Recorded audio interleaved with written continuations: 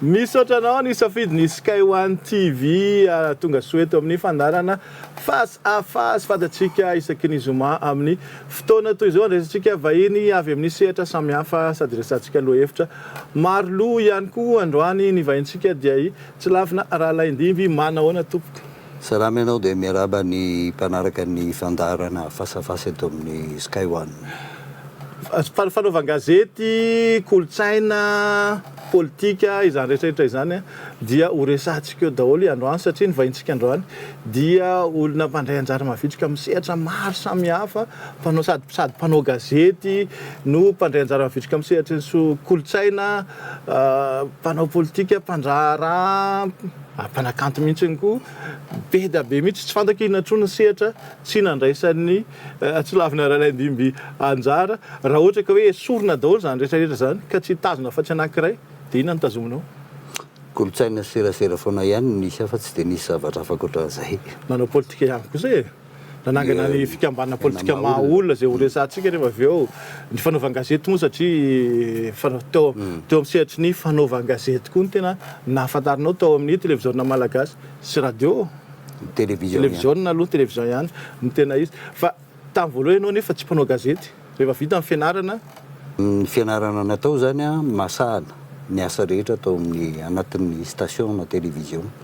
zany hoe ny asa mikasika ny sary sy ny feo dia ny asa amin'ny fanaovan-gazety ihany koa fikirakirana vaovao. Ny tiako teneny dia ohatran'izao ohatran'ny olona rehetra nianatra amin'ny fianarana ankapobeny rehefa vita iny nianatra anao gazety amin'izay fandrina hatramin'izay ve ilay hoe hanao gazety satria ohatran'ny tsy mpanao gazety ny asanao voalohany. Eny fa nisy fotoana nampianatra nandritra ny heritaona tany amin'ny sekoly tany Ambatomanga. Dia inona nahatonga anao lasa nanao gazety? Nisy fotoana roa taona angamba izay na heritaona alohan'ny nanomboan'ny televizion malagasy teto amintsika satria efa nisy televizion teo fa televizion privé dia rehefa nipetraka zany nitetika asa hoe hanomboka ny televizion pirenena dia nandray aho hoe misy faninanana ahafahana maka olona mifidy olona andeha hiofana ho an'ilay asa dia niditra tao anatin'ny faninanana dia anisan'ireo tafavoaka tamin'ny faninanana tamin'izany fotoana zany dia nandeha nianatra niofana tany ivelany. Niofana tany ivelany. Dia rehefa mivelana moa zany tonga dia hoe voaray ao amin'ny televiziona malagasy satria izay mihitsy le izy mifanarahana zay satria rehefa ohatran'ny hoe boursier zany ianao na vatsym-pianarana ianao dia amin'ny lafiny anankiray ataoko hoe hitsy ny sirariny ihany raha ohatra ka rehefa name vatsym-pianarana tany satria betsaka le mankany an-dafy dia rehefa tsy hoditrony tsy nieritreritra n'izany. Nisy andro hoe promotion nareo nijanona hoe za tsy hoditrony tsy nisy nody daholo. Nody daholo. Tadidinao ve iza daholo ilay ray promotion tamin'izay mety mahaliana ihany ny fantatra hoe iza daholo moa zany? Ray mihira taminay tamin'izay zany misy ny Naivoramefy mpanatorosaorona tsara izy hatramin'izao Léon Razafitrimo zay raha tsy diso mbola miasa anatina gazety eto amintsika fotoana izao Olganandrena Arsona zay mbola mihetsika be dia be koa anatin'ny fiarahamonim-pirenena na ny vondron'olom-pirenena Gisèle Razafindrakoto zay 10 da zany zay no farany voatazona tamin'le faninanana indroa taona satria nisy andininy anankiray teto dia rehefa avy eo tany koa mbola nisy andininy anankiray dia 10 da zay no rehefa natao zany sivany velona tao anaty sivana zany tia orina tsara efa ela ihany izy tia momba ny fanomboan'ny televiziona teto Madagasikara tamin'izany fotoana zany dia ny filotsiranana no nijery azy voalohany. Sortie enfin de la période expérimentale, la télévision malgache est devenue une réalité. Des émissions véritables ont lieu chaque soir, préparées et exécutées par une jeune équipe de journalistes, présentateurs, réalisateurs et techniciens. 10 spécialistes malgaches et 7 techniciens français de l'Okora ont coopéré étroitement pour assurer ce démarrage. Moyen d'information nouveau et de caractère populaire, la télévision malgache assurera, comme la radio, des émissions bilingues. Sortie enfin de la période expérimentale, la télévision malgache est devenue une réalité. Des émissions iny no fakana sary ny andrana voalohany televiziona ary teny mahazo rivo moa tamin'izany lafa ny filompirenena teny nahazo azy voalohany ohatrany ahoana ny ina moa zany niendrikendriky niasa tamin'izany tamin'ny télévision malagasy. Tsara marina angamba aloha tamin'ireny fotoana ireny zany mbola eo amin'ny fampiasana ny film tsika, mbola tsy miloko zany ny télévision, ary nafirindra ny asa hoe raha ampitainany amin'izao fotoana zao ny tanora mandeha miasa anatina télévision amin'izao fotoana, ny fitaovana numerika eny aminy vetivety eo ihany dia hita ny sary, afaka maka sary ve amin'izao izy ianao mora ny maka ny sary, fa ny fakana ny sary tsy nange tsy resaka hoe ny fitaovana fotsiny milaza azy, fa ny maso manoratra zany hoe fahaizana mijery sy mifidy ny sary ho alaina ahafahana mandrindra azy igny, satria tamin'izany fotoana zany afaka maka avita ny fakanao ny film dia mbola sasana ny film, mbola mandany fotoana be iny, ary raha sanatria zany ka misy tsy mety ny sary narainao tsisy ninina hoe mbola iverenana vetivety indray, fa na tonga dia izy na tonga dia arina. Zany hoe misy ahoana ny lazana zany, misy fepetra enjakenjana kokoa zany tamin'izany fotoana zany, satria raha mandeha ianao ka mitondra bobine film 30 metatra ny filaza azy, 30 metra mahavita eo amin'ny 2 minitra eo zay, dia tsaratsara ianao tena mahay maka ny sary, zany hoe le tsy misy akory tsy manao diso ianao, tsy misy sary tokony hoe mifamadika eo amin'ny fomba fakanao azy, satria misy fotoana raha mifito ny vaovao indray ianao amin'ny enina sasany lasa maka sary, dia ny tsaratsara aminao efa tonga amin'ny fiteneny hoe tout monté no entinao avany, zany efa tonga dia mirindra ny sary dia voasasa dia asiana lohany asiana vodiny dia mandeha. Ka ianao nianatra ny télévision ny asa rehetra ao anatiny zany, zay ny fifanatany ivelany, fa rehefa avy ianao nanao gazety, nanao journalisme ihany ny tena nisafidianao na izany ary fa tsy nijanona tao ambadiky ny caméra?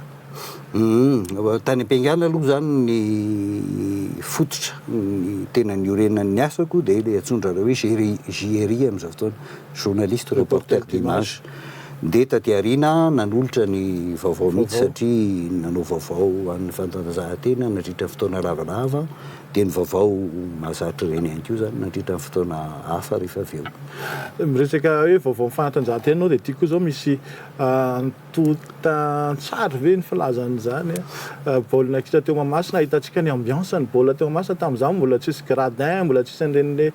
grillage be reny, tamin'ny raika amby fitopolo angamba misy tira zay zao finalan'ny tompondraka Madagasikara Saint-Michel Siakona Ambatomena, tadidinao ve zay? Tadidiko zany. Tsara tamin'izay rosoroa fa tamin'ny farany voan'ny Saint-Michel ihany Akona Ambatomena, ambiance be mihitsy.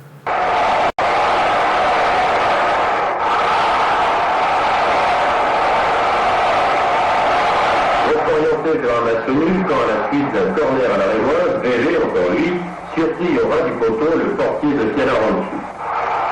Score final 3-2 en faveur des collégiens de Tsilavina. Une fois encore, la coupe revenait donc à Saint-Michel, qui défendra les couleurs nationales à la Coupe d'Afrique des clubs champions. Fanatanjahantena ny tena nataonao nandritrantaona marina tonga le mivadika nanao tany amin'ny kolotsaina indray?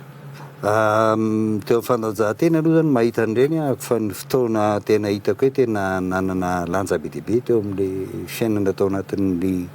ny vaovao ny fanatanjahantena, ny nafahana nanaraka ny ankizivavitsika champion d'Afrique 71 basketball vehivavy io zany, dia nanaraka azy tany a Brésil, ohatran'izany koa pongiste atsika nanao naray anjara tamin'ireny tournoi tany a Chine tamin'izany. Zany isan'ny fahatsiarovana tsara tao fahatsiarovana tsara, satria ty asa ty moa zany mitombo ngeza be amin'izy ty, ary zay no hitako hoe anisan'ny mampiavaka sy mahatsara azy dia hoe afaka mandehandeha ianao, mifampikasokasoka aman'olona ianao, mahita zavatra vaovao foana ianao, mety mampiodina ny sainao mihitsy indraindray ny zavatra hitanao, fa zany ny fahatsiarovana isaky ny hoe nafinaritra zany, satria tany Chine ohatra alohan'ny nandehanana tany tandrefana foana nandehanako, dia rehefa mandeha amin'ny tany tandrefana ianao zany dia mampitovy hoe aiza hoe zany misy ny taniko sy ty tany ty, fa rehefa tany Chine zany amin'ny fotoana 71 zao mahoatsy atondo mitondra amin'izany mbola vao tsy nisokatra izy tany, mbola tsy misokatra izy, fa vao miainga ny révolution culturelle, Chou En-lai ny prime ministre tamin'izany mbola tadidika ato amin'ny tanako ato mihitsy ny fomba fandraisan'ny tanana va enjakenjan'izay, dia ianao mahita hoe ay afaka misy fomba fisainana fiarahamonina hafa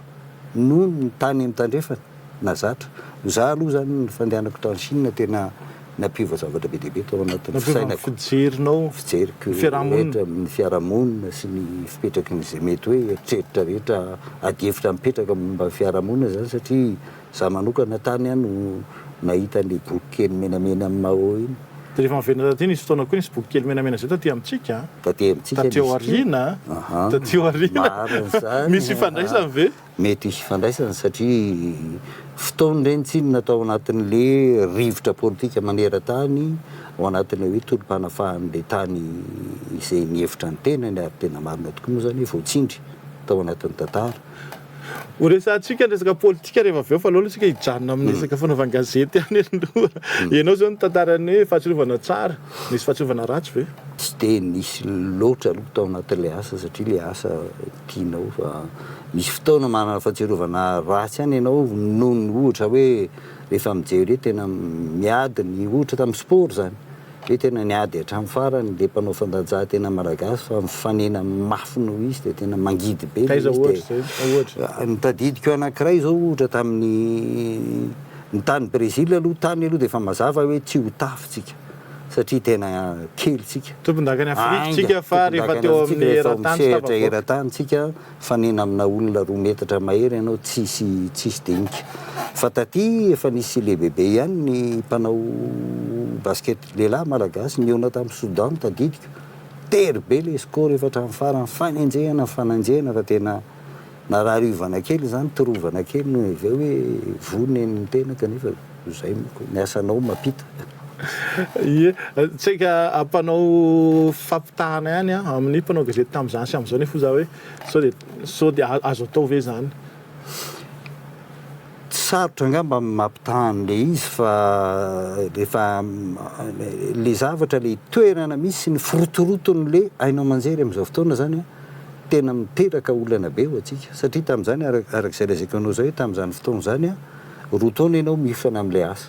zay anao vao mirotsaka taty arina no ny antony politika koa niova ny lalam-pifanana satria ny atsinanana ny fanofanana zay tary andrefana tary de rehefa avy eo nisy fotoana tany atsinanana ny fotoana tany atsinanana naharitra elaela tsy mitovy ny fomba fijery de rehefa avy eo mo taona 90 manomboka reny nanomboka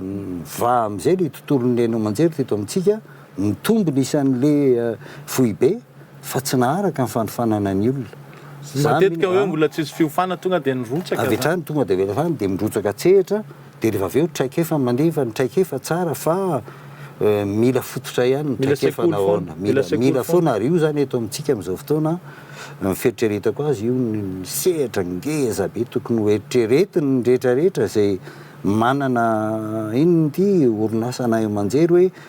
azo atao ve ny mieritreritra ny faninanana io ihany fa azo atao ve mieritreritra hoe manangana miaraka foy be anankiray fanofanana ny olona amin'ny asa rehetra ao anatin'ny serasera io izy avolenta be amin'izao fotoana io na internet io na télévision io na iny io satria ny fototra aingan'ireo ny le antsoina hoe tsy haiko moa zay andikana azy amin'ny angasy fa le hoe écriture filmique zany hoe fahaizanao milalao sary iteny ho an'ny mpiasan'ny télévision moa zay ho an'ny mpiasan'ny télévision zay fa ho an'ny radio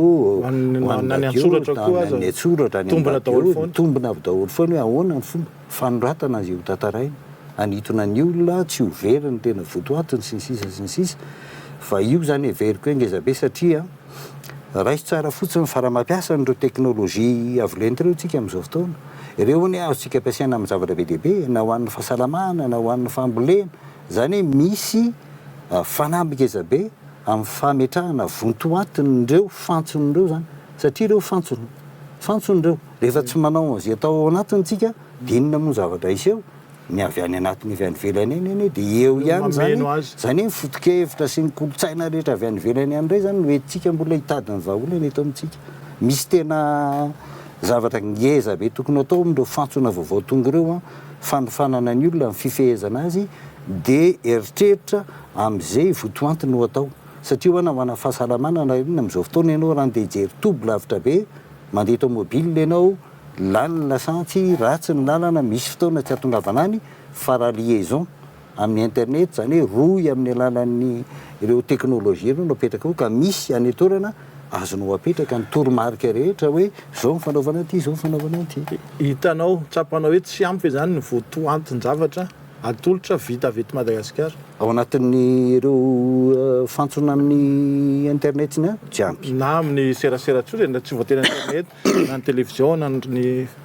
fahitalavitra. Aty amin'ny télévision izy angamba misy ihany le mitodika amin'izay mety hoe tinadin'ny olom-pirenena zany. Fa ny afanganana sy ny amorany le amin'ny internet manko amin'izao fotoana mahatonga mieritreritra zay hoe tokony hisy mihitsy sehatra anankiray na ny fanabeazana mino fa manomboka mieritreritra zany na ny fambolena na ny fahasalamana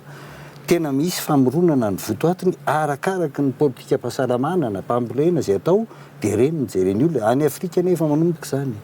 Miresaka serasera ihany tsika amin'izao fotoana zao lasa resabe ilay lalàna mikasika ny serasera. Ianao anisan'ireo personne ressource olona natsoina iresaka hiady-hevitra na mola vola iny lahatsoratra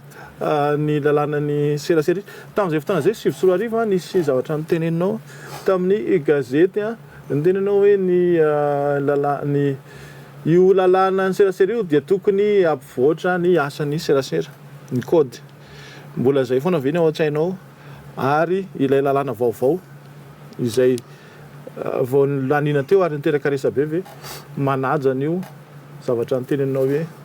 valorisean'ny asan'ny serasera. Amiko aloha eny tsisy ambamba mivalina ndray niresahana teo iny satria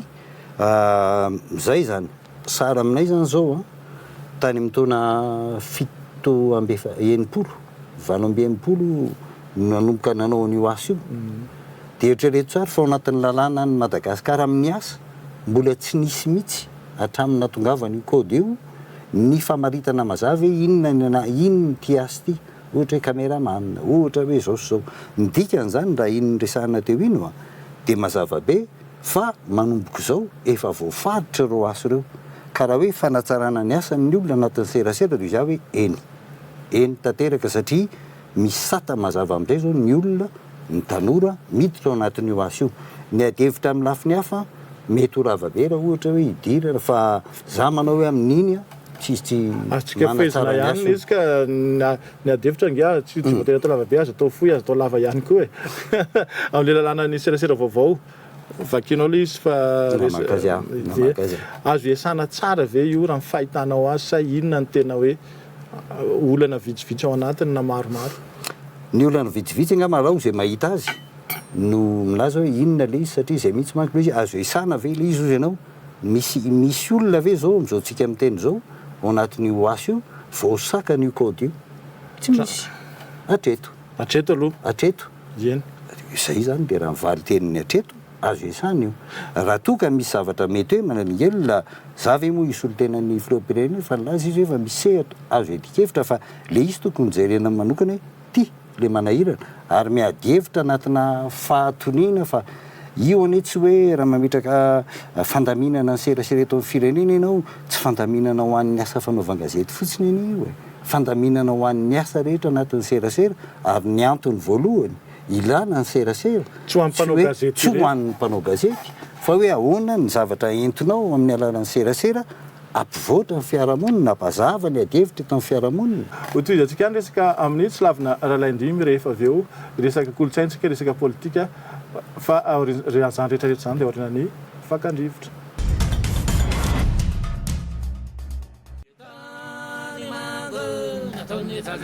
Ny tany manga nataony zaza kiombiomby ozy tselolona zaza votonanatra ny rambo no ny vita aloha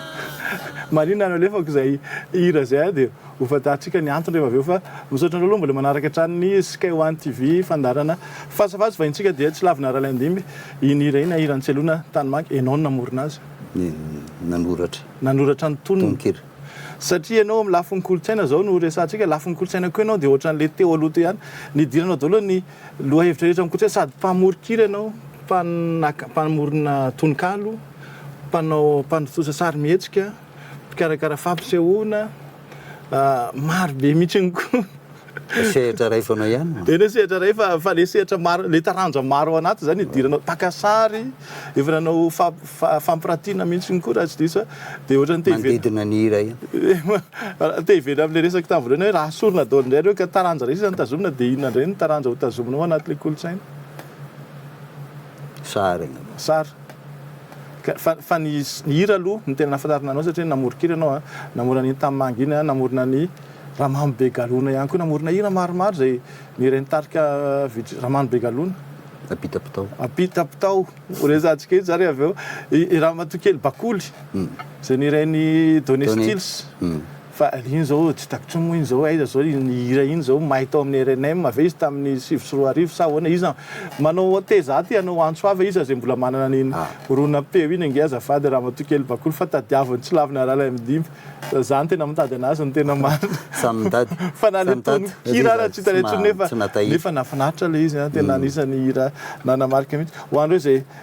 ty zao misy sary anankiray nisy fotoana nitambatra ray ny olona reo nampianao satria anao nampolona maro na rosy reny ary nampianao ary tselo na relolo sy ny tany ty misy sary anankiray tamina fampisehoana taidinao ve Frank Baera teto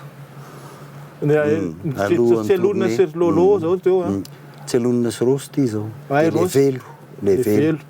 velo manao carreau ho an'ny tanora ankehitriny inona mo ny inona ataony Frank Baera teto Frank Baera zany ny fipetrany izy mpamorokiry zany tao amin'le faritra ao Allemagne antsoina hoe Ruhr io faritra io zany ny faritra mamokatra ny aritany ao Allemagne arak'izay zany industrie-ny ao dia misy pikarama be dia be ao zany dia reny fotoana ireny moa fotoana ao anatin'le resantsika teo ao anatin'le kotrakotrany tolom-panafahana sy ny fiadiana saranga ny ady saranga Frank Baera zany ohatran'ny ralay taty amintsika raha tadidinao ralay taty amintsika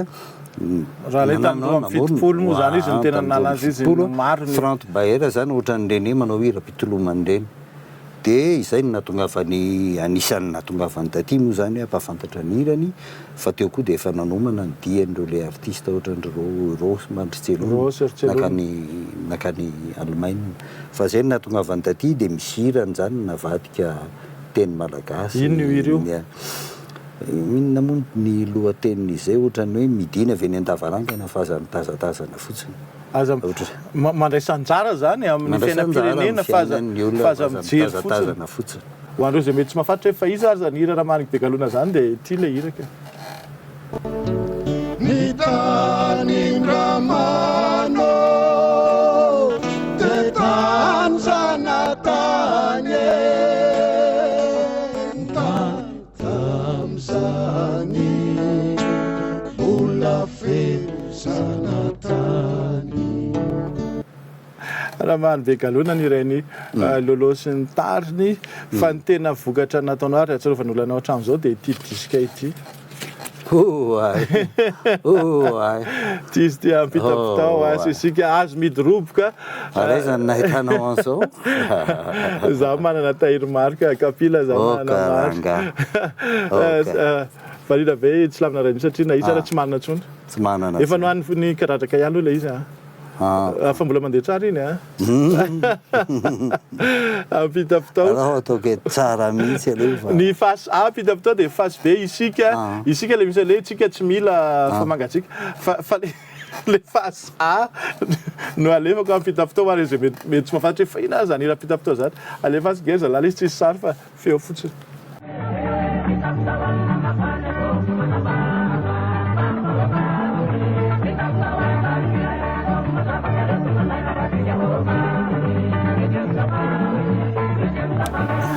zay le ampitapitao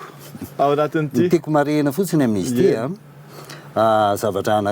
anakoa anankitelo tsy meko anao iny eny efa nahita nikasika azy indray aloha dia efa mahafinaritra ahako ity zany tamin'izany fotoana zany tao amin'ny discomady mbola tsy nisy mihitsy 45 tour zany dia io nikopaka roa ohatr' izao ary misy feno sary ary feno sary ny tena moa mpanao azy faharoa manarakaraka an'izay ny zavatra niainako taminanao n'ity disk ity tao amin'ny discomady dia zavatra ohatr'izao reto raha mamaky ny olona le tao ambadika ity zay mbola nahita azy dia misy hoe besa orga Ibesana nanao mozika tokoa. Dia kely ny gitara. Besasa kely ve zany nanao ny arrangement? Vakisova ny hira, zarany nanao ny orchestration. Ary elaela mihitsy ny tady ny mpitendry vita manao an'izay. Zay vao teo. Zay vao nisy hoe vakisova niaraka tamin'ny zava-maneno moderne, fitaovana moderne. Zay le izy. Dia le gadona zany sarotra mihitsy ny nahita mpitendry ao anaty studio tamin'izany fotoana zany afaka niditra. Ibesa sy kely. Manana filina azo ampivadiana amin'ilay vakisova. Amin'ilay vakisova. Hitany. Amin'izao fotoana za efa mora ho an'ny tary amin'izay zany zao. Fa tamin'izany fotoana zany pisavalana be ireo olona ireo. Dia ny farany ity kapily ity tadidiko tsara fa tamin'ny fotoana ny voahany ity teto amintsika fotoana tena nanjakazakany le mozika avy any Afrika Atsinanana le hoe tapa-maitso. Sy ny Afrika Atsimo koa? Ny Afrika Atsimo nisy Kenya, fa Kenya moa ny tapa-maitso. Teo amin'ny tapa-maitso izy. Fa rehefa tonga ty no be vidiny le Madagasikara. Ny dikany ho anahy le sova no karazana toy ny vakana amin'ny gadokira manerana Madagasikara. Satria nanerana Madagasikara tany amin'ny morontsiraka rehetra nandeha ty ary tena nandeha be. Taty aoriana moa ianao zany ankoatran'ilay teneniko satria ianao efa nanao nidiranao daholo ny taranja rehetra anaty kolotsaina taty aoriana lasa ministry ny kolotsaina mihitsy sy ny serasera. Serasera. Tamin'ny tonga teto ny efa ministra ny kolotsaina koa izy nisy fotoana Eli Aravelomanasoa dia tamin'izay izy ny teny sarotra be no miaro ny vakoka malagasy. Goragora be ny fiarovana ny vakoka malagasy ianao koa hoe natsapa an'izany. Rehefa fiarovana an'le vakoka zany le vakoka raha apetraka ohatran'ny vato tsy miteny dia sarotra miaro azy fa tsy maintsy jerenao inona avy ny zavatra azo tovozona. Raha zay aloha atao ministera dia ny anay zany ny karazana hoe teny faneva nentinay ny asa nandritra ny roa taona natao dia tsotra mioripaka dia misandratra. Zany hoe le vakoka zany lasa loharano. Le faka mialoha aloha mifikitra tsara amin'ny faka dia rehefa miakatra. Zay vao miainga. Ny dikan'izay zany misy ohatran'ny endrika anisan'ny zavatra masoana koa zany tamin'izany le hoe fanajariana lova. Zany hoe raha misy eo ary inona moa ohatran'ny toniny zany ohatran'le ny hira reny ohatran'ny hira ataondry gariry, riki sy ny karazany taterina zay nerahana miainga varia amin'le fototra ianao dia menao ny endrika. Zay sahaza ny andro iainana izy dia amin'izay fotoana izay na le fototra tsy mihetsika hita maso na tsy hita maso aza voataiza. Raisiko fotsiny hoe tsika ane zao miditra ao anatin'le resaka hoe fanatotoloana. Tsika raha mijery amin'izao fotoana afaka ary tokony ataontsika izay. Ny mijery ny bolana malagasy dia mijery azy amin'izao andro zao. Mamarina na tsy mamarina azy. Ary raha toa izy ka marina misy hostonina vao anatiny ahoana ny tsy ho afahantsika mampianatra ny tanora atsika anana fomba fijoro masehaka ny andro iainana amin'ny alalan'ny oabolana. Maka fotsiny zao ohatra hoe ny misy oabolana ohatra hoe inona re anao mety ho ela be le izy fa zay no tiako lazaina fotsiny hoe ohatra ny tainomvadika inona ny dikan'iny ohatra resaka lalàna resaka disipline lalàna fanajana ny lalàna be dia be ny oabolana zany azo raisina dia vavahana amin'ny fomba fijery ankehitriny tsy maninona raha misy manao hoe ity tsy lasa tsony koa za dia ity ara ok apetraka ny tsy lasa fa ity mbola mandeha dia ahoana ara no anabeazam-boana io ho lasa mamatsy atsika androso satria ny olana be eny ao anatin'ilay fanatotoloana arak'ilay nitenentsika teo miaraka amin'ilay resaka internet sy ny sisa tototra ny itsika. Fa ny vakoka koa tsy mozika tsy teny tsy oabolana rehetra fa maro koa ny vakoka misy le vakoka azo raisy tanana ohatra hoe ny sikotra sy ny sisa mety fantatry ny olona koa ny lanjany sy ny vidin'le vakoka koa matso hoe ohatra zao ty tamin'ny heritaona tany amin'ny fanaovana lavantsy nisy sary sikotra malagasy efa ela zay lavitra be misy tany amin'ny tsy haiko raha vadika vola gasy io miliara zany no nalafo azy tamin'izay fotoana zay nefa raha ohatra zao tsika mahita nio sarotsikotra eto Madagasikara hoe inona koa tony dia aririna fotsiny sao dia le lanjan'le zavatra misy to amintsika koa no tsy tsapantsika ka zay le lazaiko le resahantsika amin'ny raharaha tary aloha teo hoe rehefa ndresaka an'le hoe lalàna ny seraseritsika hoe atao inona le serasera ne natao ampahafantatra ny olona ny tontolo manodidina azy mihitsy sy ny tantarany sy ny lanjany zavatra rehetra misy ao anatin'ny tantarany iresakitsika rehefa aveo hoe tsy fantatra hoe resaka ohatra hoe resaka démocratie ianao hevitr'olona no ilainao ao anatin'ny démocratie inona ny hevitrao ny hevitra moa avaiza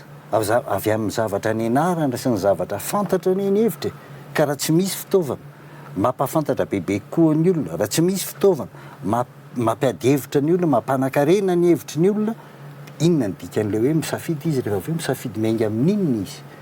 zay le zavatra hoe iny zao raha olona natao ny tezaintsika hoe sarobidy reny aza endakendahany eny amin'ny toerana misy azy aza midimidy ampizatany zao ny antony matotsika amin'ny teny an'izay voaro ny io ny miaro ny voalohany dia ny kolotsaina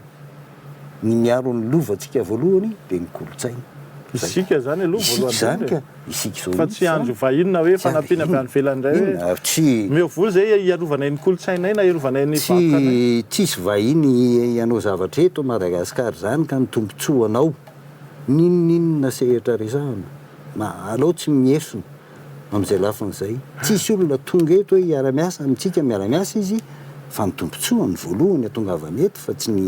ny itsika fa kabary hafahafa be zany raha itsika koa izy kabary ohatray tsy maninona fitsika inao zany kabary zany mampime anisan'ny vakoka tena mbola mampalelo anahatra amin'izao satria vakoka very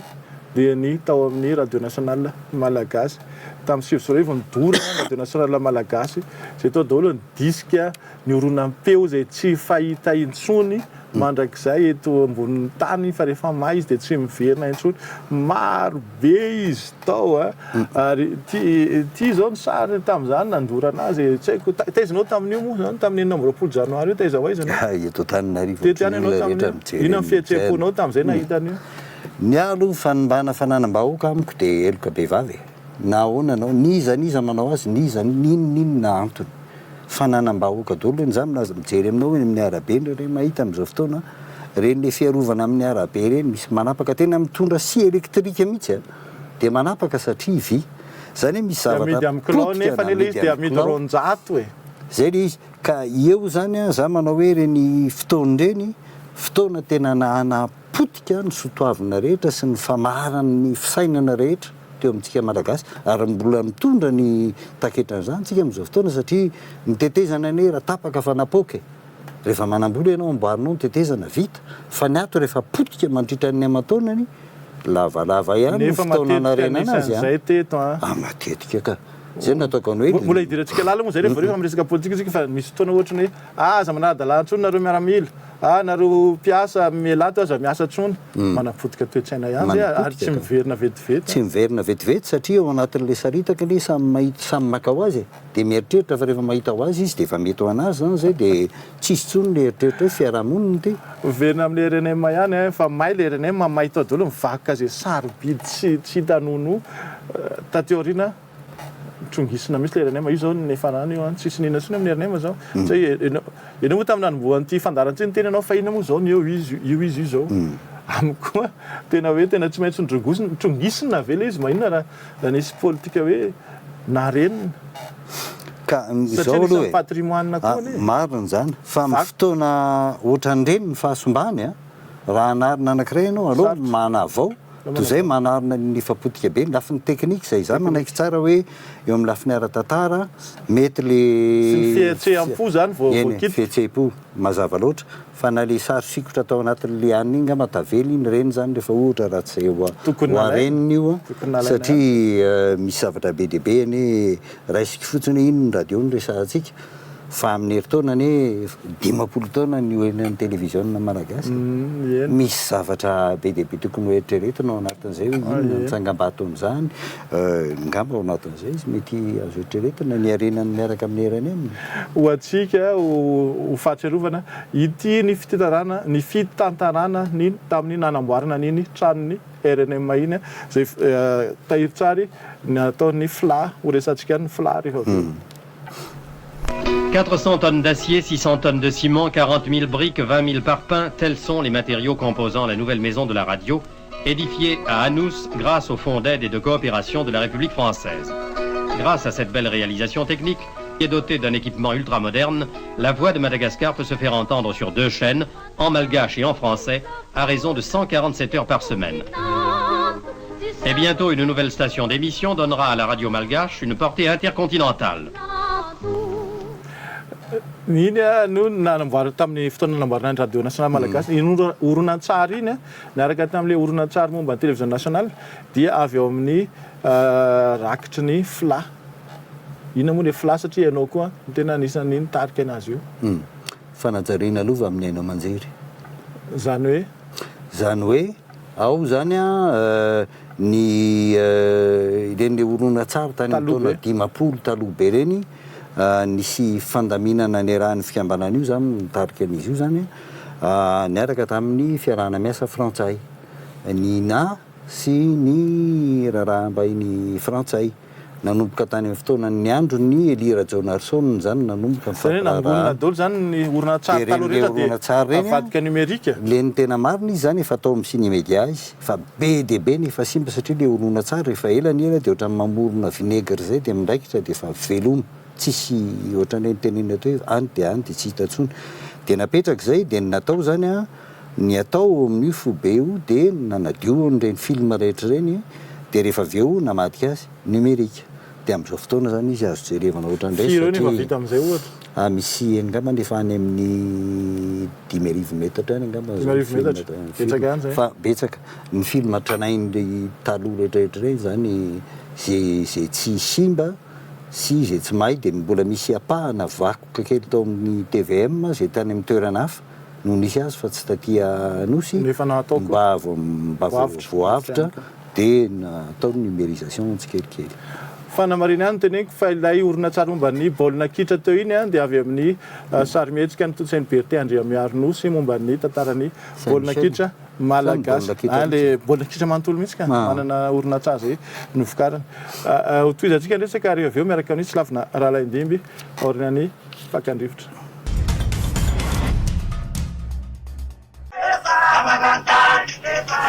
isika mailo isika zay le hira nandeha teo hirany azo midoroboka ihany koa ary ianao anisany nandray feo sy nanampy tamin'ny tononkira kolotsaina moa nanoratra mihitsy ianao mihitsy nanao an'le tononkira ny apitapitaosy isika za ianao mihitsy sa hoe nanampy nanatsara anazy tena ianao mihitsy nanoratra azy za zao androany fa nafantatra an'izay fa nampiraina ny azy midoroboka dia iresaka politika antsika zay mampiditra antsika any amin'ny politika amin'ity ampahany fantelo ato amin'ny fandarana fasafasity télévision Sky One marina fa mpanao gazety ianao technicien teo amin'ny lafiny kolotsaina fa nanao politika ihany koa satria efa ministra ny kolotsaina matetika misy ministra amin'ny teny za tsy mpanao politika zany ministra technicien ny antsona mpanao politika foana sady efa nanangana koa fikambanana politika maolona tamin'ny raiky amin'ny 1970 raha tsy diso zay natonga ny dama solombavam-bahoaka io manko fitambarana mpanakanto olotsora sy ny sisa mpanao fanatanjahantena zany efa nilalao efa niriaria be teo amin'ny sehatry ny politika angamba tsy andahinao hoe tena nanao politika mihitsy nanao politika araky ny eritreretanay tao anatin'ny maolona ny fomba fanaovana politika zany hoe nanatona ny olona nanao zavatra niaraka tamin'ny olona lalako anankiray koa alohan'izany alohan'ireny rehetrarehetreny nisy fotoana ako nikotrana tao anatin'ny MFM ko kiatoko tao anatiny tao mazava be zany arak'ilay niteneniko anao tokoa hoe le tany fotoana nandehanako tany Chine namaky an'le boky menamena kely mahoa dia nampiova zavatra be dehibe tao anatin'ny lohako iny zany hoe zay rehetrarehetra zany mitambatra tsikelikely eo dia tonga amindreo le lalana teoreo ihany MFM fitolo amin'ny fanjakana madinika efa avy any Chine avy anao zany lasa nitodika any amin'ny lasa nijery ny vahoaka madinika avy any Chine tonga saina hoe misy fandamina-piarahamonina afaka ankoatran'le fa hatramin'izay ve nanilika amin'ny madinika zara madinika ko nanilika anareo madinika nanilika atsika madinika zany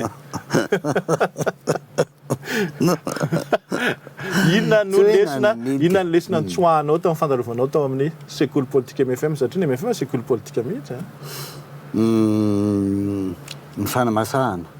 fanamasahana ara-potikevitra tena sekoly. Zahatra am'izao tamin'izao mbola kely a miverimberina amin'ny serasera zany hoe masaka ara-podikevitra fa hatramin'izao tsy azoko hoe fa inona kely hoe masaka ara-podikevitra. Zany hoe fazahoko azy a tsy fantatro inona ny famaritana zay raha jerena any amin'ny inona ty ndakibolana zany fa ho an'ala izy hoe raha mijery zavatra ianao na ao anatin'ny fiarahamonina na inona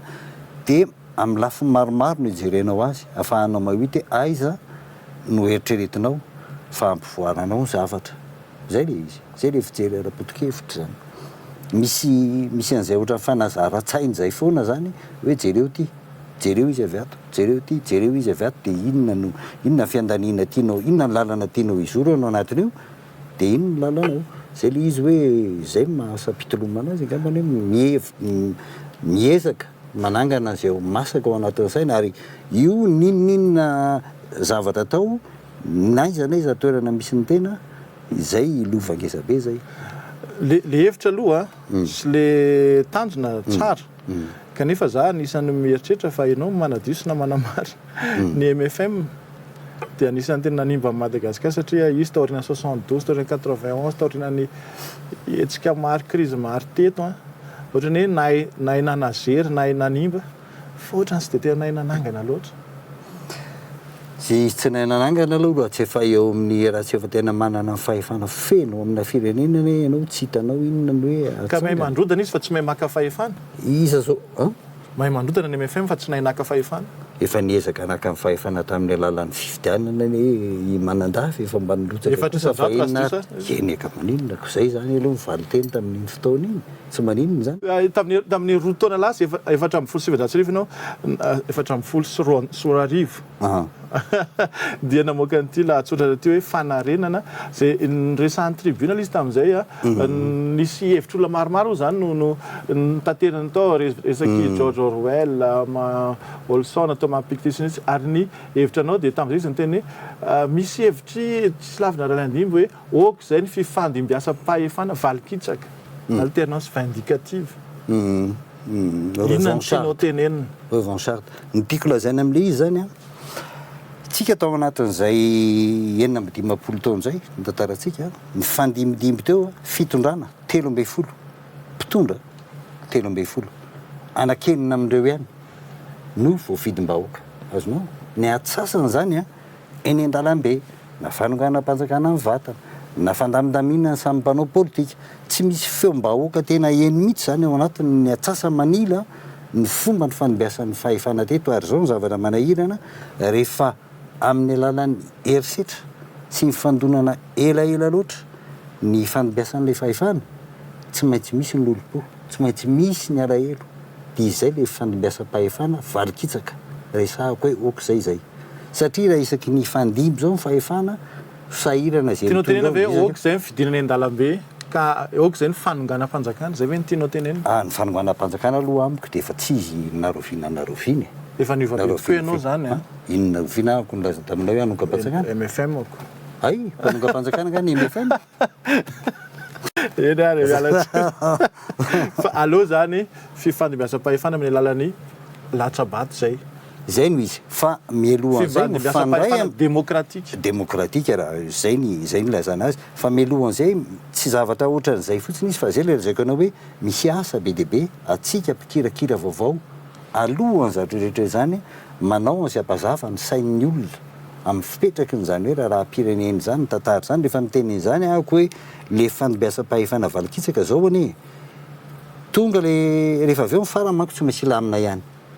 afaka to 100 taona ohatr'izay romborombola avy eo tsy maintsy mifarana ihany le izy zay tonga eo nefa dia zao ny zavatra miseho tonga eo izy ny alahelo aloha tsy maintsy mbola zakainy sy ny fikafika rehetra mandritra ny farafaratsy ny heritaona miaraka amin'ny heritaona iny mijery hoe ahoana n'le fandaminana le endrim-pitondrana satria teto amintsika tsy nisy mihitsy hoe mpitondra teto ka hoe niofana hitondra fa ny tantara no mitondra azy eo amin'ny toeram-piandrianana hoe filoham-pirenena zany hoe misy zavatra be dia be ianarana io na nanana fahaizana hafa tany amin'ny sehatra hafa azy izy dikan'izay heritaona sy tapany sady voakotrakotra n'le tsy lahany teo no mbola mijery ny tena fandeha fitantanan-draraha-mpanjakana tonga ny rotaona manomboka misy ny vokatra raha ohatra ka tahinjana ary sy mety ny zavatra atao tonga ny rotaona sy tapany rehefa tsy maintsy meritreritra hoe Tonga ihany ny telo taona. tonga ihany ny telo taona hitanao Ny farany amin'ny mandany be ny farany. be loatra le fotoana lany be loatra alao andeha lamina izany tsy manakana ny Be da be loatra izy rehefa am'le resaka rehefa tsy fifandimbiasam-pahefana demokratika ny tena zay le izy rehefa fa tsy rehefa milamina. demokratika izy a vetivety any de tafiditra. jereo ny firenena ataontsika hoe efa mbarasalasa lavitra amin'io na ny États-Unis na ny firenena hafa fa ny azany mifandimby le mpitondra fa ny sorodanan'le Anaty firenena sy ao ny anaty toerana filaminana. tsy mihetsika mihitsy ao anaty filaminana ny stratégian'le firenena ao anatin'izao tontolo zao tsy miova mihitsy zavatra kely fotsiny miova tombontsoa-pirenena tsy mihetsika mihitsy nizaniza mitondra ao ny itsika indraindray ohatra maneritreritry ianao fa misy firenena firy eto ny to hafa foana mieritreritra amin'ity firenena ity misy firenena ny mpamatsy vola dia misy firenena ny mpandraraha dia misy firenena ny mpanao politika dia tsy tafitsika fa lazaiko aminao raha izany mbola tena afaka tsy haiko firy taona dia mbola ndray teo tiany vangiam-paoriana Ianao koa ankehitriny teo amin'ny roa taona teo zay raha sy diso dia talen'ny serasera eo anivon'ny présidence. Nisy tamin'izany fotoana zany asana tsaronao fa betsaka mihitsy ny kiana momba ny fitondrana ny présidence hoe tsy dika ny serasera amin'ny présidence dia natsony ianao dia tamin'izay sy ny teny hoe hiatsara an'izay ngamba ny serasera amin'ny présidence fa olobe ny serasera manam-pahaizana no tonga eo dia tateoriana nisy gazety namoaka zay hoaratsika hoe ny heverina fa mba hiatsara le serasera nefa kay ohatra tsy ny hiatsara akory fa na ny tatitra ny conseil ny filakevitra ministra raha tsy ratsy be hitanao gadole ngamba ny kiana momba ny serasera ny présidence inona ny azo tenenina inona ny zavatra miseho ny zavatra rehetra mandeha mindalana fanatsarana azy mandray zany andraikitra zany ianao tsy maintsy mitandrina ianao inona fitsara marina tokoa moa izany zay ny anankiray ataoko fa raha manaraka ny fandehan'ireo zotra sy sehatra samihafa misy ny serasena présidence angamin'ny olona amin'izao fotoana mba mahita ihany hoe misy fivoarana le izy tsy milaza hoe efa tonga lafatra fa faharoa manarakarak'izay ny serasera ny présidence tsy maintsy koa hodidinina serasera samihafa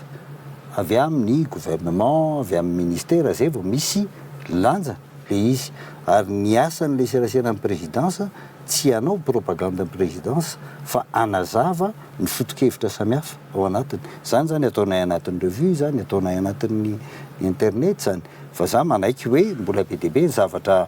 azo atsaraina ao anatin'le izy olona samy nianatra asa satria tanora betsaka no nalaiko niaraka amiko misy telo lazy zany no atao hoe fa manana traikefa sisan'izay tanora tsy maintsy mbola nofanina nampahafantarina hoe inona ny toerana misy atsika eto inona ny ataontsika fa misaotran'ny olona aloha manakina satria rehefa manakina izy mba mijery any ianao hoe sao dia mba marina ihany tokoa izy zany fa nandritra amin'ny francophonie ity mialatsiny aminao Tsilavina Ralaindimby fa tamin'ity francophonie teo zay efa vita moa dia ny fangaro voraka tao mihitsy izay olana izay resaka olana aratserasera ny feno tsao rakotry ny tsao natao alohan'ny sommet na nandritra ny sommet vita moa ny sommet zao zako mino fa mbola izy tsao hafa koa nisy tovavika zay créature hafa kely ny anarany ao anatin'ny Facebook eo milaza momba ny mamitona ny tsao rehetra nisy tandritra ny francophonie arahantsika kely nge izy mora fanapahan-kevitra mba ny fanekena sa hoe izay aloha misy dia mahaizy ianao mangina dia rehefa hivoaka ny trano dia manova fanamiana mihaja baiko fa tsy fiangaviana ny mihaja dia talanjo na ny gaga nataoko fa hoe onomono fa kaina marary fofaty aza mbola miandry fa gasy ono nataoko fa hoe vazivazy anareo fiara-pitaterana aza tsy azo mifamezivezy ny fitafinao andavanandro tsy azo anaovana fa bety hatramin'ny mpianatra aza moa mizara lasa nakapozy tsy lera fa hoe fionana faratapony ity ka samy miara-mijery dia rao tsy manan-ki alofana mody hoe noraisina an-tanana mety hoe natahorana hanimba ny endrika ny lalana dia hoe tsy arahana raha-fahantrana hoy no mandritry ny herinandro tsara ny ezaka fa mba toy izo isan'andro créature afakoely mpanao slam iny betsaka ho antsao le hoe misy misy ary miteny hoe mandritra ny sommet hoy ny aza mivoaka ny trano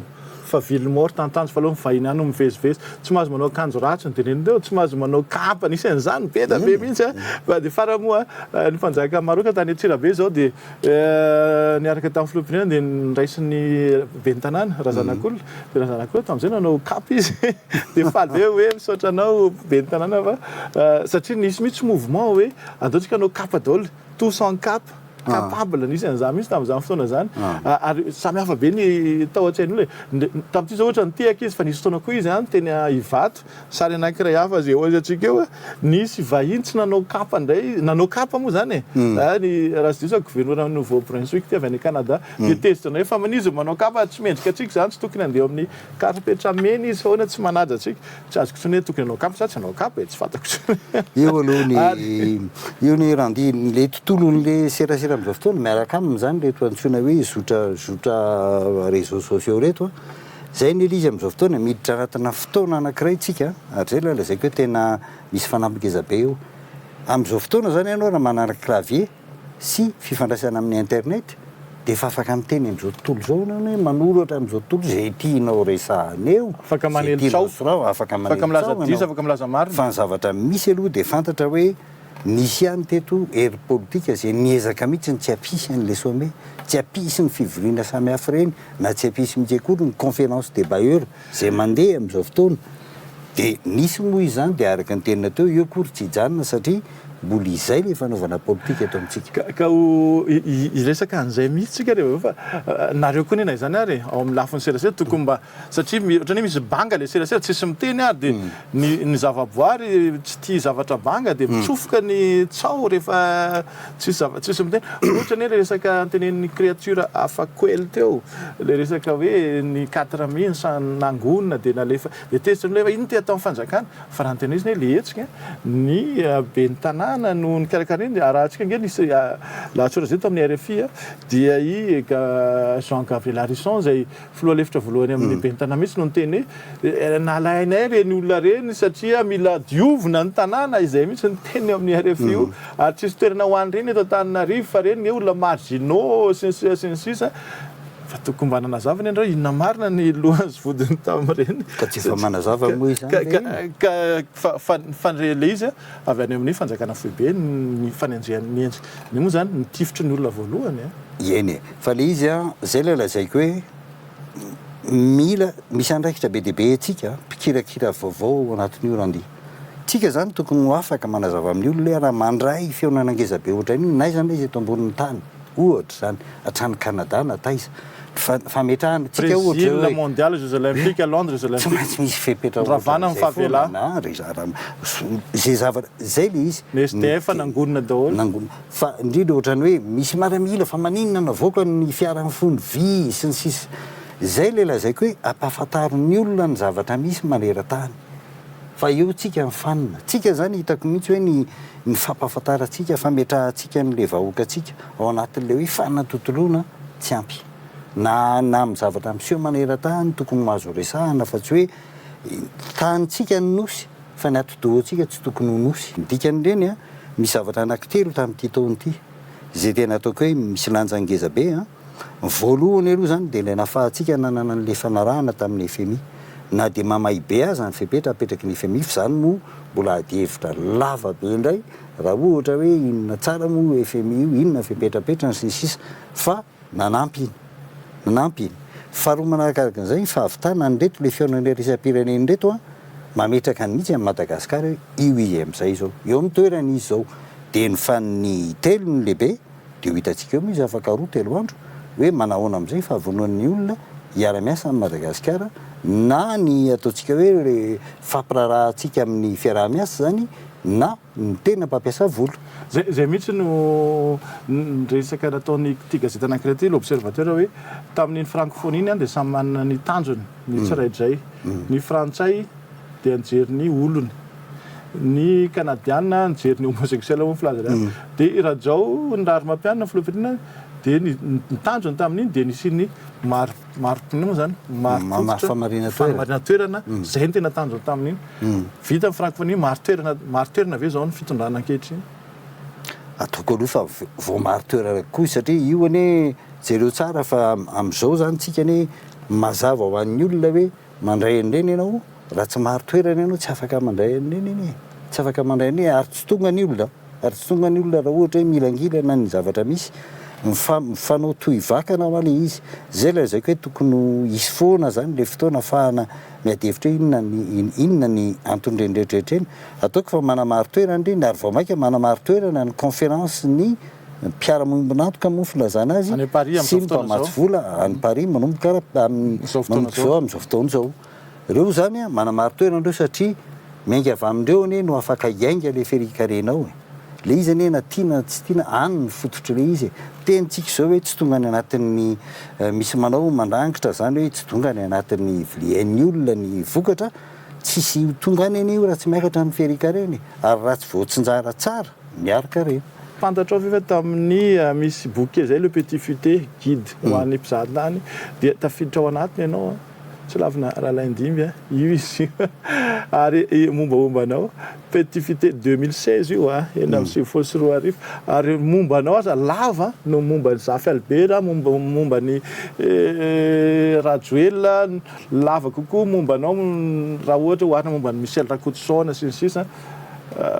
tsaiko hoe ahoana fahitana voninahitra be ho anao ve zany sa raha tsoko voninahitra izy aloha zary zao vao mahita an'io ao anatin'io a ny dia nataonao mpanao gazety mpisera teo amin'ny kolotsaina mpanao politika efa ministra sy ny sisa lava be ny dianao raha nisy ve nahitsy na nisy novana dia inona tamin'ireo za raha nisy namboariko tao anatiny fa iny zany ny lalako tsy nisy nanenenana tsisy nanenenana nampaniry firy misy ohatra ny fiainan'ny olona rehetra fa analana io dia efa tsy zatsony zaika zay koa gava ny teny farany hoe anamarantsika ny fandarana androany miaraka amin'ny Tsilavina Ralaindimby misaotra anao an-trany nanakivahinta misaotranao randy namana efa elaela mihitsy fa dia misaotra anareo nanaraka ny fandarana koa tompoko Tsilavina Ralaindimby moa dia namandritry ny alina ary ianao napitry maraina tsy ho vita mihitsy ny resaka nefa ny zavatra eo dia misy fiafarany daholo indrindra fa ny zavatra tsara dia manaraka ndretsika miona anatin'ity fandaran'ity ianao koa mbola afaka mivena rehefa tianao zany isaky ny zoma azadina fasafasa hitany sika hoanina radio mandra-pahatonga ny fandara manaraka dia endre tsara daholo ary sambara